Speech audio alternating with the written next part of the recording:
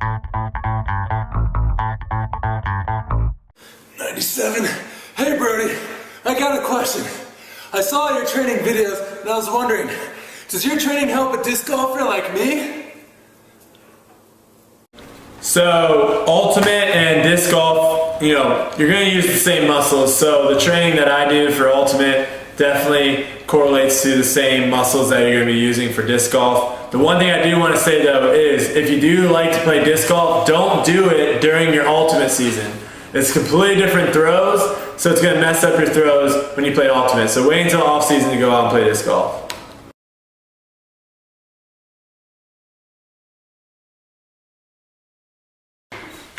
So there's really not too much for me to show you, so I'm just going to tell you kind of what you want to focus on when it's raining out to make your throws crisp, and that's really, it all comes down to grip pressure. You really want to work on having a lot of pressure on the disc to generate that spin, because what the rain will do is it'll make everything obviously slick and you'll lose the friction that you have to generate that spin. So you really want to make sure that you're focusing on making a tight grip for the forehand and a tight grip for the backhand and really snapping that wrist as you go into throw. So I have been truly blessed to have these awesome players growing up around me. I've had some really great coaches and mentors that have helped my game out a lot. And I truly think that that's kind of the best way of being the best you can be at anything, is putting yourself around people that are either better than you or know the game better than you, and really grabbing as much knowledge and information as you can from them. So if you're maybe playing at college or high school where you're the best player, and you really want to kind of increase your game and get to the next level, I would highly strive to try to find, maybe a club team or someone around your area that can, you can play with and definitely get better by playing with them. Hey Brodie, I was wondering, are there any ways to increase your endurance? Well, you can run in place, or you can do other things like go outside, go for a run, go to the gym, jump on an elliptical, jump on a bike. Basically what you want to start doing if you really want to increase your endurance is start small first, okay? So build a base, which is going to take about a month to 2 months. And what I would do is start off about 3 times a week, going out, running for 30 minutes about, 3 times a week, getting on a bike for an hour, something like that. And you can mix it up. You can cross train, you can swim, you can bike, you can run, you can do all sorts of things. The biggest key is to always make sure you're stretching, take care of your body, give it the nourishment it needs, and also a lot of rest.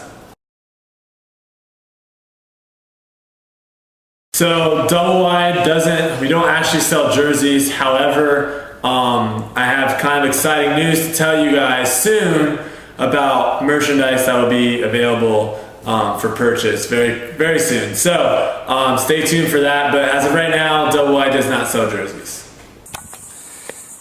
Hey Brodie, I've been having trouble with my flick. It's been coming out really wobbly. Just wondering if you had any tips. Bro, I'm gonna wreck you. So I would say that this is actually probably the biggest issue with people throwing, is not getting enough spin on the disc. And also the other thing that you might have an issue with is your mechanics might be kind of messing up your throws. So first off, make sure that you have a really tight grip. So for your forehand, remember, you want your 2 fingers pushed up here where your middle finger is up against the rim and your index fingers on the outside of that. And then extend your 2 fingers on the outside, okay? And then really grip the disc tightly. You want to make sure you're doing that. Also, again, it might be something kind of messed up with your mechanics. The best thing I can say to you is just kind of send me a video of your throwing and I can look at it and give you a few pointers.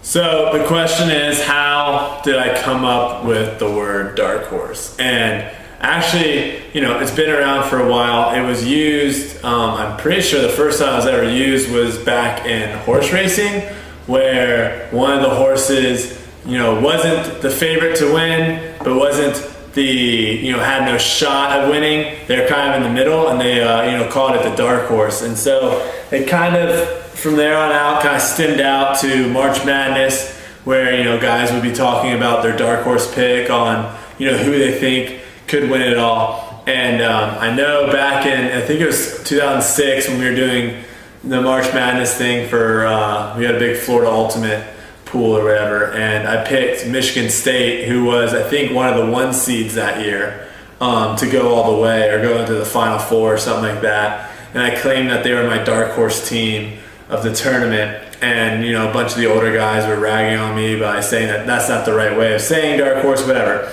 And so there, from then, kind of me and Chris Gibson kind of converted it to all sorts of different meanings. But that's kind of how it originated, is back in 2006. So we're talking about offenses now, and basically the most effective offense is going to be different for every team. There's going to be some teams that are going to be very handler driven, and their type of offense is going to be completely different than a team that is very downfield cutter driven. So it's you got to mold it for what your team has. But I think personally, if you can run all different types of offenses, horizontal, vertical, isolation, host stacks, all different types of offenses, you're going to be a better offense. You're going to keep the defense guessing, and it's going to be harder for them to clamp down and really understand what you're doing. But at the end, you really have to look at your team and make the best decision for what's best for your team.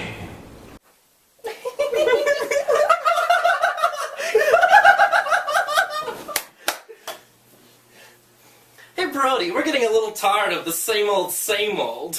Yeah, how do you pick up ultimate chicks?